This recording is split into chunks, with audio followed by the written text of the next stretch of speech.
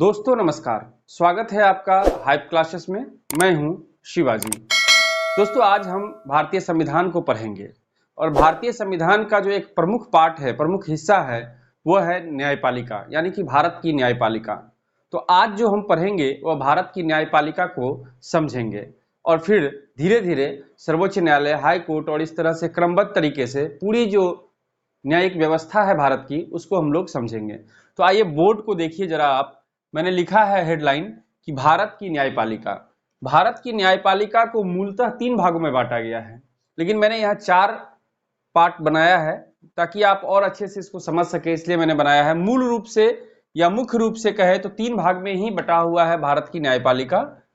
सबसे जो ऊपर है ये क्रम है, इस तरह से ये क्रम गया हुआ है। तो सबसे जो ऊपर भारत की न्यायपालिका में है वह है सुप्रीम कोर्ट। सुप्रीम कोर्ट का मतलब क्या है? सुप्रीम कोर्ट का मतलब सर्वोच्च न्यायालय, जो पूरे देश में एक होगा, जो कि भारत की राजधानी दिल्ली में है और जिसका न्यायिक क्षेत्र पूरा देश होगा। तो सुप्रीम कोर्ट सबसे ऊपर है। सुप्रीम कोर्ट की जो व्याख्या है, सुप्रीम कोर्ट का जो उल्लेख है, वह भारतीय संविधान के भाग 5 में की गई है। सवाल इस तरह से पूछे जाते हैं, हालांकि हम लोग अलग अलग सब समझेंगे, लेकिन फिलहाल मैं एक स्ट्रक्चर आपको समझाना चाह रहा हूं कि भारत की न्यायपालिका की जो व्यवस्था है वो कैसी व्यवस्था है। तो सुप्रीम कोर्ट सबसे ऊपर है और वह भारत के संविधान के भाग 5 में उल्लेखित है। और भाग 5 के अंतर्गत जो अनुच्छेद है, जो आर्टिकल है, जिसको मैंने ए से इंगित किया है, वो 124 से लेकर 147 तक है। यानी कि सुप्रीम कोर्ट का उल्लेख पूछा जाएगा किस अनुच्छेद से किस अनुच्छेद के बीच है, तो भारतीय संविधान के 124 से लेकर 147 अनुच्छेद तक सुप्रीम कोर्ट यानी कि भारत के सर्वोच्च न्यायालय का उल्लेख है। तो ये भाग 5 में है। अब आप आइए हाई कोर्ट। सुप्रीम कोर्ट के बाद जो है वो हाई कोर्ट्स है और वो सभी राज्य में एक एक होते हैं, कई राज्य को मिलाकर भी होते हैं। तो इसको तो हम बाद में समझेंगे। फिलहाल आप समझिए कि राज्य स्तर का जो न्यायपालिका है, राज्य स्तर का जो न्यायालय है, वो हाई कोर्ट्स है। तो हाई कोर्ट जो है उसका उल्लेख भारत के संविधान में कहाँ है? तो भारत के संविधान के भाग 6 में हाई कोर्ट का उल्लेख है, यानी कि उच्च न्यायालय का उल्लेख है भारत के संविधान के भाग 6 में। और अगर हम आर्टिकल की बात करें, यानी कि अनुच्छेद की बात करें, तो अनुच्छेद 214 से लेकर 232 तक जो है वो क्या है? तो हाई कोर्ट का उल्लेख है। ठीक है, तो ये हो गया सुप्रीम कोर्ट के बाद हाई कोर्ट। तो सुप्रीम कोर्ट मैंने बताया कि पूरे देश में एक है। उसके बाद राज्यों में हाई कोर्ट होता है, जो राज्य का सबसे बड़ा न्यायालय होता है। उसके नीचे, यानी कि राज्य का जो सबसे बड़ा न्यायालय है हाई कोर्ट, उसके नीचे जिला स्तर पर और उससे नीचे सबऑर्डिनेट या लोअर कोर्ट्स होते हैं। सबऑर्डिनेट या लोअर कोर्ट्स होते हैं। सबऑर्डिनेट या लोअर कोर्ट्स, जिसको अधीनस्थ न्यायालय आप कहते हैं, और बोलचाल की भाषा में इसको जिला न्यायालय कहते हैं। जिला और सत्र न्यायालय जिसको आप बोलते हैं, प्रत्येक जिला स्तर पर एक न्यायालय होता है। तो वह जो है वो हाई कोर्ट से नीचे का, यानी कि क्रम में तीसरे स्थान पर है। सुप्रीम कोर्ट, हाई कोर्ट और उसके बाद लोअर कोर्ट्स या सबऑर्डिनेट कोर्ट्स, या जिसको आप डिस्ट्रिक्ट कोर्ट भी बोलते हैं। भाग 6 में इसका उल्लेख है, भारत के संविधान के भाग 6 में इसका उल्लेख किया गया है अधीनस्थ न्यायालयों का। और अगर हम आर्टिकल की बात करें, अगर अनुच्छेद की बात करें, तो देखिए 232 यहां समाप्त हो रहा है। 233 से 237 में जो उल्लेख है वह क्या है? वह है भारत में जो सबऑर्डिनेट कोर्ट्स होंगे, जो अधीनस्थ न्यायालय होंगे, उसके बारे में उल्लेखित है। उसके बारे में पूरा डिटेल दिया हुआ है इसमें कि जो जिला स्तर के न्यायालय होंगे उसकी संरचना क्या होगी, इसको हम लोग समझेंगे अभी विस्तार से। अब देखिए, ये जो मुख्य रूप से 3 भागों में बांटा गया है, सुप्रीम कोर्ट, हाई कोर्ट और सबऑर्डिनेट या लोअर या डिस्ट्रिक्ट कोर्ट, उसका ये ढांचा है। इसके अलावे भी जो है कई कोर्ट्स बनाए जाते हैं। उसमें से एक ट्रिब्यूनल या अदर कोर्ट्स, मैंने एक अलग से कॉलम बना दिया है। ट्रिब्यूनल जो होता है वो सामान्यतया विभागीय होता है, यानी कि इसको प्राधिकरण हिंदी में बोलते हैं। तो प्राधिकरण जो होता है वो सामान्यतः क्या होता है? वो विभागीय होता है, खास विभाग के लिए बनाया जाता है ट्रिब्यूनल। ठीक है, जैसे पर्यावरण का विभाग है, तो पर्यावरण विभाग के लिए जो है ग्रीन ट्रिब्यूनल है। ग्रीन ट्रिब्यूनल आप दिल्ली में इसका ऑफिस है, हेड ऑफिस है। तो एक ट्रिब्यूनल हो गया। ट्रिब्यूनल एक खास विभाग, एक खास उद्देश्य के लिए बनाया जाता है। और अदर कोर्ट्स का मतलब क्या है? अदर कोर्ट्स का मतलब यह है, जैसे आप बात करते हैं लोक अदालत की, जैसे आप बात करते हैं फैमिली कोर्ट्स की, जैसे आप बात करते हैं फास्ट ट्रैक कोर्ट की, जैसे आप बात करते हैं मोबाइल कोर्ट, जैसे हम बात करते हैं ई कोर्ट्स। तो ये सब जो है ये अदर कोर्ट्स के अंदर मैंने रख दिया है, जिसको हम लोग आगे समझेंगे। फिलहाल आप ये समझिए कि ट्रिब्यूनल, सिर्फ ट्रिब्यूनल की मैं बात कर रहा हूं, इसका उल्लेख कहां है? इसका उल्लेख जो है भारत के संविधान के भाग 14 यानी कि 14 में है। भाग 14 के क में है। तो भारतीय संविधान के भाग 14 के क में उल्लेख है किसका? ट्रिब्यूनल का, यानी कि प्राधिकरण का। और एक बात और यहां समझिए कि जो मूल संविधान है, मूल संविधान में ट्रिब्यूनल्स का यानी कि प्राधिकरण का कोई उल्लेख नहीं है।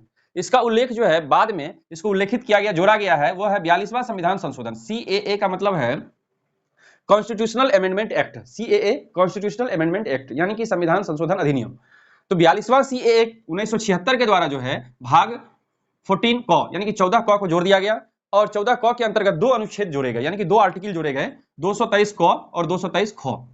और ये दोनों आर्टिकल जो है ये क्या उल्लेख करता है, क्या बताता है, तो ट्रिब्यूनल्स क्या है, कैसा होगा, इसके बारे में, इसकी क्या शक्ति होगी, ये सब जानकारी जो है यह इस आर्टिकल में इंगित है। यानी कि ट्रिब्यूनल्स के बारे में उल्लेख है यहाँ पर, यानी कि ट्रिब्यूनल्स के बारे में यहाँ पर उल्लेख किया गया है। तो मोटा मोटा आप समझ गए होंगे कि भारत की न्यायपालिका का क्या स्ट्रक्चर है। सबसे ऊपर सुप्रीम कोर्ट, उसके बाद हाई कोर्ट, उसके बाद सबऑर्डिनेट या लोअर कोर्ट्स, और इन तीनों से अलग, इन तीनों को आप न्यायपालिका के सिस्टम में रखिए, इन तीनों से अलग ट्रिब्यूनल्स या अदर कोर्ट्स हैं और ये स्वतंत्र रूप से विभागीय कोर्ट होते हैं जिसके बारे में हम लोग अलग से चर्चा करेंगे। अब आइए सुप्रीम कोर्ट के बारे में फिर से हम बात करते हैं, थोड़ा सा इसको समझिए।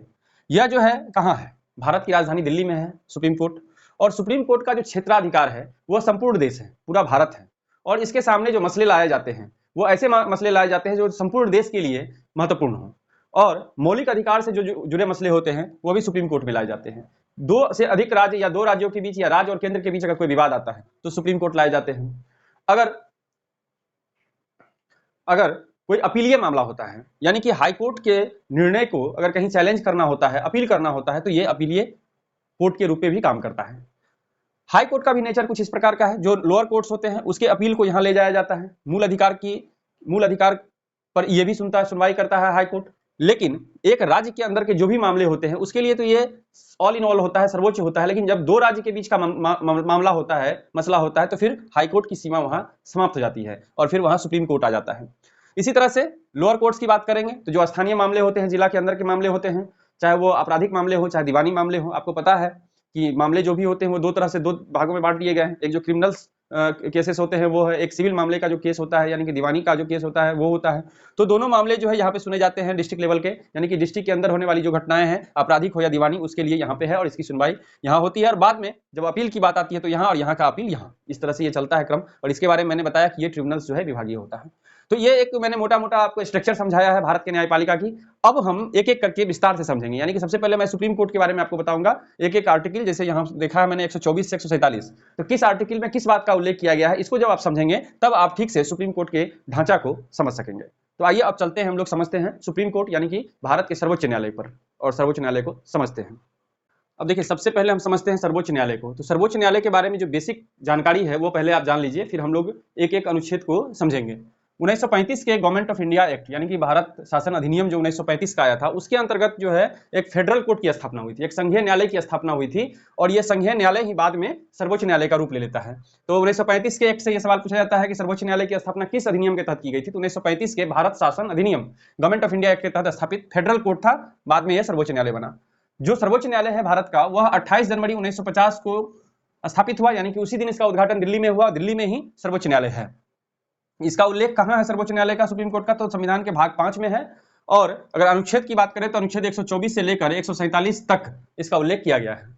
अब आइए एक एक अनुच्छेद को हम लोग समझते हैं, एक एक आर्टिकल को समझते हैं। तो सबसे पहला आर्टिकल है 124(1) यानी कि 124(1), आर्टिकल 124 सेक्शन 1 को समझते हैं। इसमें क्या उल्लेख है, 124 में 1 2 3 4 इस तरह से किया गया है ताकि आप अच्छे से समझ सकें। तो 124(1) जो है उसमें कहा गया है कि न्यायाधीशों की संख्या कितनी होगी, इसका जिक्र है। सवाल पूछ दिया जाएगा आपसे कि सुप्रीम कोर्ट में न्यायाधीशों की संख्या का जिक्र कहां है। अगर ऑप्शन में 124 है, आर्टिकल 124 में इस तरह सवाल होगा 124(1), 124(2), 124(3), तो आप वहां कंफ्यूज हो जाएंगे कि अरे सब तो 124 ही है। याद रखिएगा आर्टिकल 124 सेक्शन 1 में न्यायाधीशों की संख्या का जिक्र है कि सुप्रीम कोर्ट में कितने जज होंगे। तो इसको समझिए, संविधान में क्या लिखा गया है। संविधान में लिखा गया है कि भारत का एक सर्वोच्च न्यायालय होगा। यह भी सवाल पूछा जा सकता है कि भारत का एक सर्वोच्च न्यायालय होगा, इसका उल्लेख किस आर्टिकल में है, तो आर्टिकल 124 में है। जो भारत के मुख्य न्यायमूर्ति, एक तो मुख्य न्यायमूर्ति होगा, और जब तक संसद विधि द्वारा अधिक संख्या विहित नहीं कर देती तब तक 7 से अनधिक अन्य न्यायाधीशों से मिलकर बनेगा। यानी कि एक मुख्य न्यायमूर्ति होगा और 7 अन्य न्यायमूर्ति होगा और इससे मिलकर सुप्रीम कोर्ट बनेगा। ये मूल जो संविधान है उसमें इसका उल्लेख किया गया है, ठीक है। और यह तब तक 7 रहेगा जब तक कि संसद विधि बनाकर क्या करे, इसमें कोई बदलाव ना कर दे। तो मुख्य न्यायाधीश तो एक ही रहेगा, बाकी जो 7 अन्य न्यायाधीश हैं सुप्रीम कोर्ट में, वो संसद विधि बनाकर समय समय पर जो है इसमें बदलाव कर सकती है। ये मूल संविधान में आर्टिकल 124(1) में लिखा हुआ है। अब देखिए, तो सवाल आपसे अब पहला यही होगा कि भारत के मूल संविधान में सुप्रीम कोर्ट में कितने जजों का उल्लेख किया गया है? तो 7+1 यानी कि 8। तो मूल संविधान में कितने जज हैं?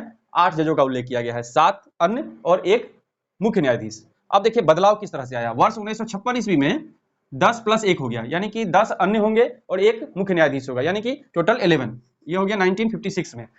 संविधान में लिखा हुआ है कि संसद विधि बनाकर यानी कि कानून लाकर क्या कर सकती है? इसके संख्या में बदलाव कर सकती है। संख्या किसका? अन्य जजों, सुप्रीम कोर्ट के जो अन्य जज हैं, अदर जस्टिस हैं, उनके संख्या में बदलाव कर सकती है, लेकिन मुख्य न्यायाधीश एक होगा। तो वो बदलाव शुरू हो गया 1956 से। 1956 में क्या किया गया? 10+1 किया गया। 1960 ईस्वी में क्या किया गया? 13+1 किया गया, यानी कि 14 कर दिया गया। 1978 1978 में 17+1 किया गया, यानी कि 18 कर दिया गया। 1986 में 25+1 यानी कि 26 कर दिया गया।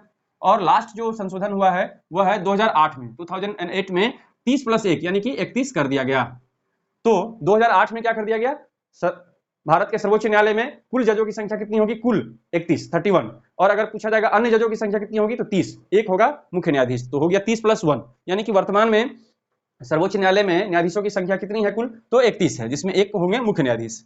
वर्तमान में मैंने लिख दिया है, वर्तमान में भारत के मुख्य न्यायाधीश कौन है? ये भी सवाल पूछा जा सकता है आपसे, कई एग्जाम में पूछा गया। तो अभी वर्तमान जब बात कर रहे हैं तो एनवी रमन्ना है। एनवी रमन्ना है वर्तमान, और ये कितने में है? तो 48 है। ये भी सवाल पूछा जाता है। 48वें है सुप्रीम कोर्ट के 48वें चीफ जस्टिस कौन है? तो एनवी रमन्ना है। और जब अभी वर्तमान की बात करते हैं तो पहला का भी बात कीजिए, सुप्रीम कोर्ट के पहले चीफ जस्टिस कौन हुए? तो एच.जे. कानिया हुए। एच.जे. कानिया हुए थे। ठीक है, अब इतना समझने के बाद अब आप यह समझिए, जब आर्टिकल 124(1) को आपने समझ लिया है, जिसमें उल्लेख क्या है? न्यायाधीशों की संख्या, और संख्या का मैंने स्पष्ट आंकड़ा यहां पर आपको रख दिया है। सवाल पूछ सकता है 1956 में कितने हुए, 60 में कितने हुए, तो मैंने इसलिए लिख दिया कि मिलाने वाला अगर सवाल पूछा जाएगा तो आप ये आंकड़ा याद रखेंगे।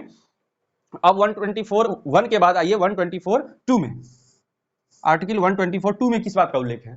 तो 124(2) में उल्लेख है न्यायाधीशों की नियुक्ति, यानी कि सुप्रीम कोर्ट में अपॉइंटमेंट ऑफ जज, जजों की जो नियुक्ति होगी, अपॉइंटमेंट ऑफ जजेज, वो किस तरह से होगी, कौन करेगा, इस बात का उल्लेख है। तो ये समझिए, थोड़ा सा कॉम्प्लिकेटेड है लेकिन आप समझ जाएंगे। कौन करेगा न्यायाधीशों की नियुक्ति सुप्रीम कोर्ट में? तो सबसे पहला तो यह है कि भारत के राष्ट्रपति द्वारा इनकी नियुक्ति की जाएगी। सवाल सीधे सीधे पूछा जाता है कि सुप्रीम कोर्ट के जजों की नियुक्ति कौन करता है? तो भारत के राष्ट्रपति द्वारा कराया जाता है। भारत के राष्ट्रपति करते हैं जजों की नियुक्ति, पहला आंसर। कैसे करते हैं? तो सुप्रीम कोर्ट तथा हाई कोर्ट के न्यायाधीशों से परामर्श के उपरांत करते हैं, after the consultation of the जजेज of supreme court and high courts. राष्ट्रपति जो निर्णय लेते हैं वो खुद से नहीं लेते हैं। राष्ट्रपति जो निर्णय लेते हैं वो सुप्रीम कोर्ट और हाई कोर्ट के जो जज होते हैं उससे परामर्श करते हैं, कंसल्ट करते हैं, और उस कंसल्टेशन के आधार पर क्या करते हैं? निर्णय लेते हैं कि किसको जज नियुक्त किया जाएगा। ये जो कंसल्टेशन है, अगर अन्य न्यायाधीशों की नियुक्ति हो रही है तो सुप्रीम कोर्ट के मुख्य न्यायाधीश को अनिवार्य रूप से पूछा जाएगा, उनका सलाह लिया जाएगा। अब देखिए सीजेआई का मतलब क्या है? Chief justice of India. Bharat के मुख्य न्यायाधीश द्वारा सुप्रीम कोर्ट के 4 वरिष्ठतम जजों के कॉलेजियम से परामर्श करके। अब देखिए, ये परामर्श तो है न्यायाधीशों के परामर्श से। अब न्यायाधीश जो परामर्श देंगे वो किस आधार पर देंगे? जब हम कहते हैं कि राष्ट्रपति नियुक्त करते हैं, किस आधार पे? तो सुप्रीम कोर्ट और हाई कोर्ट के न्यायाधीशों से परामर्श करके। अब परामर्श जब शब्द आता है तो परामर्श शब्द की व्याख्या इस तरह से है कि परामर्श कहां से प्राप्त होगा? तो जो चीफ जस्टिस ऑफ इंडिया है, भारत के जो मुख्य न्यायाधीश हैं, उनके द्वारा सुप्रीम कोर्ट के 4 वरिष्ठतम, जो 4 सीनियर मोस्ट जजेज होंगे, उनका एक कॉलेजियम बनाया जाएगा। एक कॉलेजियम, इसको मंडल बोल सकते हैं हिंदी में, एक कॉलेजियम बनाया जाएगा। उस कॉलेजियम से परामर्श करके सुप्रीम कोर्ट के जो मुख्य न्यायाधीश होंगे वो उसी परामर्श को लिखित रूप में राष्ट्रपति को प्रेषित कर देंगे। तो कॉलेजियम से जो परामर्श प्राप्त होगा किसको? सुप्रीम कोर्ट के मुख्य न्यायाधीश को। उस मुख्य न्यायाधीश के द्वारा उसी परामर्श को लिखित रूप में, ध्यान रखिएगा, लिखित रूप में राष्ट्रपति को भेजा जाएगा। अब क्या यह निर्णय या जो परामर्श है वह राष्ट्रपति के लिए बाध्यकारी है या नहीं है? कॉलेजियम में आम सहमति होनी चाहिए, पहली बात। कॉलेजियम में ऐसा नहीं है कि 50-50 में बट गया कॉलेजियम। अगर 4 लोगों ने दिया है, 4 लोगों ने परामर्श दिया है, तो 2 किसी और का नाम कह रहे हैं, 2 किसी और का नाम कह रहे हैं, या 3 किसी और का नाम कह रहे हैं, तो ऐसा नहीं चलेगा। आपको क्या होना चाहिए? आम सहमति, यानी कि सभी लोग इस बात को लेकर सहमत हों कि हाँ, ये व्यक्ति जो है जज बनेंगे। तो आम सहमति कॉलेजियम में होनी चाहिए। दूसरा कि यह जो परामर्श होगा यह सरकार के लिए क्या होगा? बाध्यकारी होगा। महत्वपूर्ण है ये पॉइंट, क्योंकि इस पर भी कई कोर्ट का भी निर्णय है, कई विवाद रहा है, तो यह बाध्यकारी होगा। ठीक है, इसको ध्यान रखेंगे। अब देखिए, सुप्रीम कोर्ट के जो चीफ जस्टिस है, इसकी नियुक्ति वरिष्ठता के सिद्धांत पर होता है। के सिद्धांत पर होता है।